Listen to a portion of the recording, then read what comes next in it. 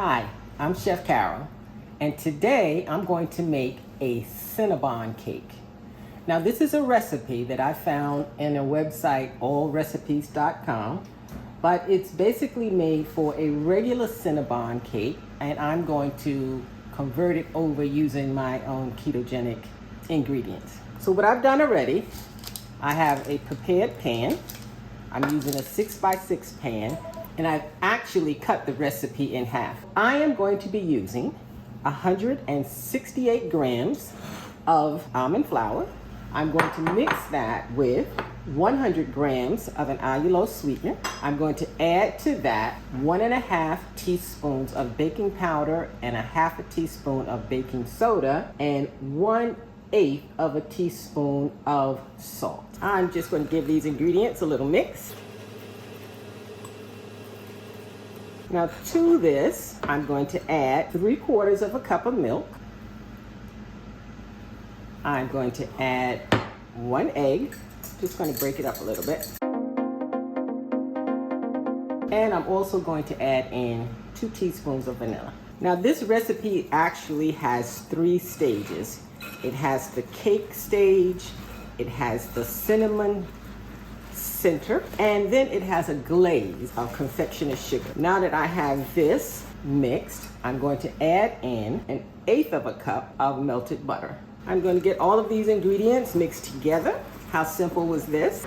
And then I'm just going to add them into my prepared pan. My oven has been preheating to 350 degrees. I've lined my pan with parchment.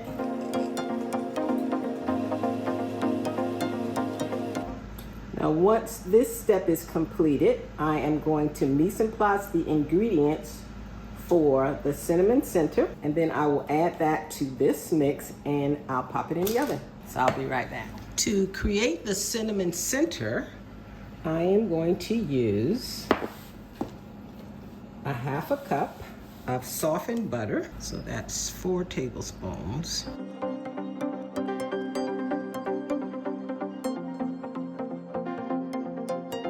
Going to add 1/2 cup of brown swerve sugar. And I'm also going to add in a tablespoon of almond flour and a tablespoon of cinnamon. So I'm just going to mix this together. I think I'll go and get a beater for this. I created a paste by beating in the softened butter, the cinnamon, the almond flour, and the brown sugar. Now, in order for me to get it to this consistency, I actually added in another 1/4 of a cup of melted butter. So I'm just going to drop this cinnamon onto the cake.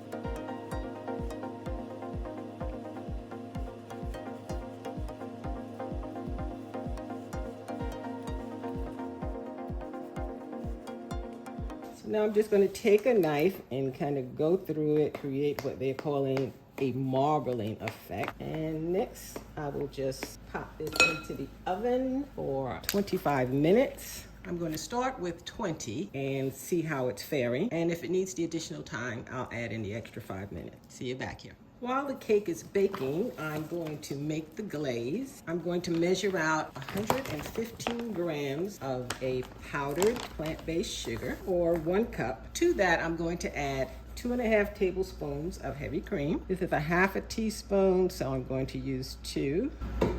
And I'm just going to take my mixer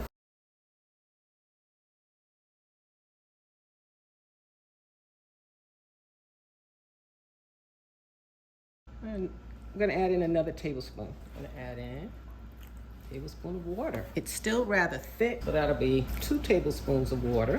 Okay, so now I have it at the consistency that the recipe called for. All I have to do now is wait until the cake is done. The Cinnabon cake has baked for 30 minutes. I'm going to use my cake tester.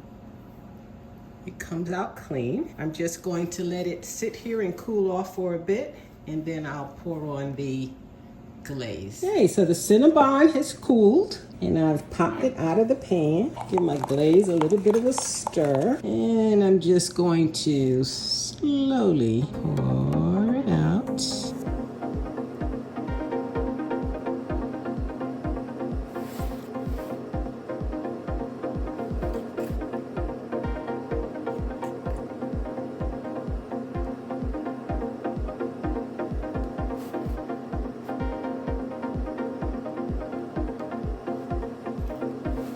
What's a Cinnabon without a lot of glaze?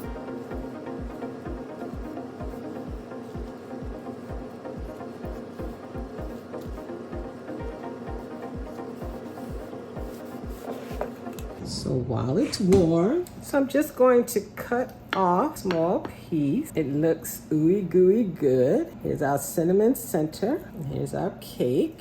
My ketogenic Cinnabon lovers who have, if you're like me, not had a Cinnabon in quite some time, the next time everyone goes running off and get that beautiful Cinnabon, you go ahead and you make this delicious cake, and I'm willing to tell you, you'll give Cinnabon a run for their money. Bon appetit.